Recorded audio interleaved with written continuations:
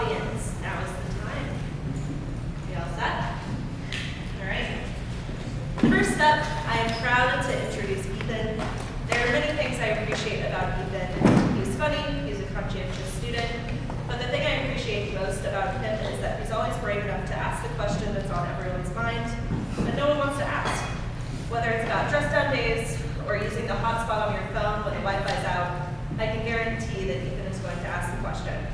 Ethan has grown a lot over his years at Collegiate, and I'm thrilled he gets to share his thoughtful new speech with you this afternoon. So without further ado, Ethan Holt.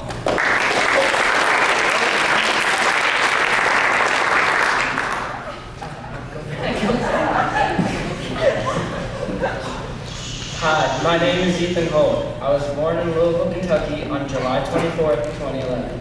A quote that I feel could help describe me is, "Whatever happens in the dark always comes to light," by Donald. This quote describes when you are working hard on something when no one is watching. It will pay off and you will get results. I've experienced this a lot throughout various classes and sports. For as long as I can remember, I have always played a sport. First it was flag football, which I started playing when I was 5, but I only got to play for 2 years before COVID hit. I was pretty good at it, so that really sparked my love for sport. Then when I was quarantined during COVID, I was trapped in my house all day. Since I couldn't go anywhere, I started to play soccer in my backyard for hours every day. After that, I played 1 season of club soccer before I moved again, this time back to Louisville, Kentucky. When I started 5th grade, I was scared but also excited for middle school soccer. That first year, I remember we played really well the whole regular season, and we got to our tournament. Our team made it to the final. In 6th grade, I had a similar level of success, so I played really well. Our team too, but we lost in the semifinals this time. When we lost, it drove me to work harder for the next year. We were mid in 7th grade. Then in 8th grade, my last year of middle school, we worked really hard this year and beat almost everyone by 5 goals. We were the team to beat this year. We made the final of our tournament after a tough semifinal. But in the final, we were winning 2-0 at halftime, but in the second half, we choked and lost 3-2. But it still felt great to make the final, and it definitely helped with my confidence as a player. This experience will make me a better player because sometimes you lose, but losing is a part of the process of winning. The other sport I played in middle school was basketball, which I first played in 5th grade. The first year was a failure for our team and me personally. We only won 1 game that season out of at least 10. It was also a failure because I didn't play much, and when I didn't have a big impact. I struggled with the same issues in 7th grade, and I had very low confidence in my game. Last year, we had a little bit better of a record, but it wasn't much better. I used this year as an opportunity for a fresh start and really tried to be confident and believe in myself. This worked, and I did really well at tryouts and got on the gold team. I then scored in the first game the same number of points as 6th and 7th grade combined, and our record was way better. I worked hard, and now I start every single game. This could have never happened if I didn't believe in myself. I also played with the JV team after the 8th grade season was over. I now think that sports is 50-50, both a mental and physical game. My idol in basketball is the King LeBron James. He's inspired me to become a better basketball player in person. When I entered middle school, I didn't particularly like any subject, but that changed when I walked into social studies. I just realized that I really liked history because it's interesting how humans have evolved through so many things. In 5th grade history, we learned about ancient Mesopotamia and how crazy different we are. I just always have found that interesting. History class helped shape me as a person because I hate when someone answers my question with a maybe, because the majority of history can be answered if it's a fact or if it's not true.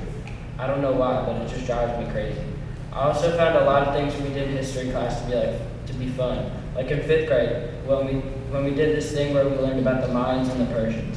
I would say I'm an auditory learner. I don't like reading from textbooks. Like whenever I study for things, if I'm not doing something active like reviewing questions or having someone quiz me, it tends to not work out in my favor. Or in 6th grade when we made our own utopias. I remember that was the hardest project I had that year by far, because I had so many tasks in my utopia, because it was like our planet. There were so many things that I had to make sure were in order, like giving every person 1 million tanks. I had to make sure that everyone on my island had power, food, and water, and everyone had 1 million tanks. 7th grade history was one of my favorite classes, if I had to pick one throughout middle school. I liked the way the classes moved fast, We were always learning something new or presenting a new cool project. Whatever it is, as long as there was no textbooks.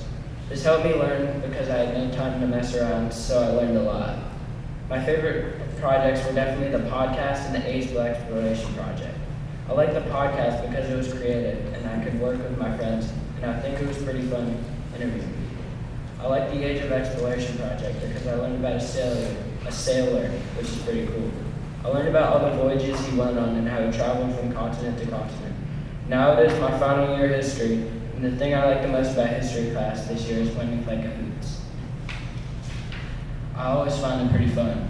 I also like when we do group work together, like when we did a group poster and a couple amendments. As long as it's not a crossword. I hate doing those crosswords. Mr. Haas always says he has a gift for us, but then he pulls out a crossword with at least 60 questions. I hope he never makes one with 100 questions. That'd be like the worst thing ever. Over my middle school journey, I realized that I like things that do not involve many steps to learn. That's why history is my favorite class. My favorite way to connect with people is through travel. I've been to many countries and many states throughout the United States. I think this is a great way to connect with people from another place. Even if someone is from a different culture, a key thing that can connect them all is food. I've been to many places, so I've tried a ton of different types of food from different places. They were all really good because I love food. It's just perfect. Something else that I like to do when I travel is make new friends. For example, when I was in Jamaica this summer, there was a watch party for the UEFA European Championship, and there were some people who spoke different languages than me, but we still understood each other on a common interest. It's also nice to see things like really good beaches, which there are a few of in Kentucky, and to learn about their culture and why they are the way they are. For most people I've met, they like to share their culture with visitors, but because I have talked to people from different cultures, I now find it easier to talk to other people because of these experiences. It has also taught me to be grateful for what I have, because when I travel, I often see people less fortunate than me. Another thing for me is music. Music helps me in many ways, like before a sports game or just in the car on a road trip. It elevates my performance in a lot of things, so it's very useful. It also can help me connect with other people from different countries. One of the things that impacts me is being out in nature. This could be things like fishing or hiking. The first thing I want to talk about is fishing. I remember in first or second grade, my dad bought me my very first fishing rod, and from the start, I was hooked. I was very impatient about it. I could never leave my rod out for more than like 5 minutes, so my dad had to teach me to wait before reeling on my line. This has helped me with various other life experiences, because patience is needed for almost everything, like going out to dinner or waiting for customer service at the Apple Store. I caught some small fish, but what I was really interested in was shark fishing, which is what I did for my 11th birthday. I remember I got really seasick, but that doesn't matter. What matters is that I caught a shark, which was cool.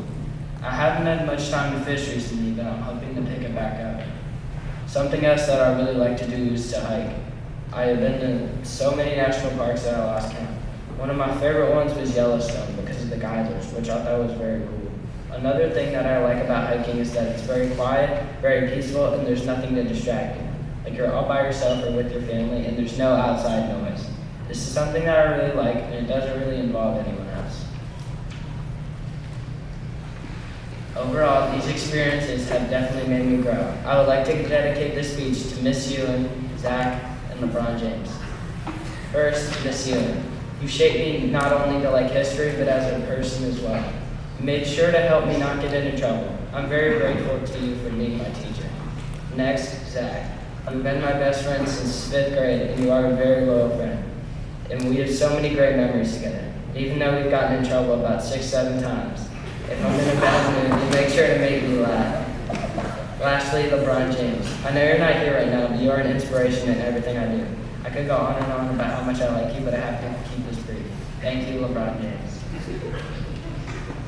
This speech can be connected to my quote from earlier, whenever it happens in the dark, it always comes to mind. Because things like improving a lot in sports and building better study habits happen when no one is watching. The work that you put in shows up and you get the results you want. These things represent my middle school journey and show how much I've grown.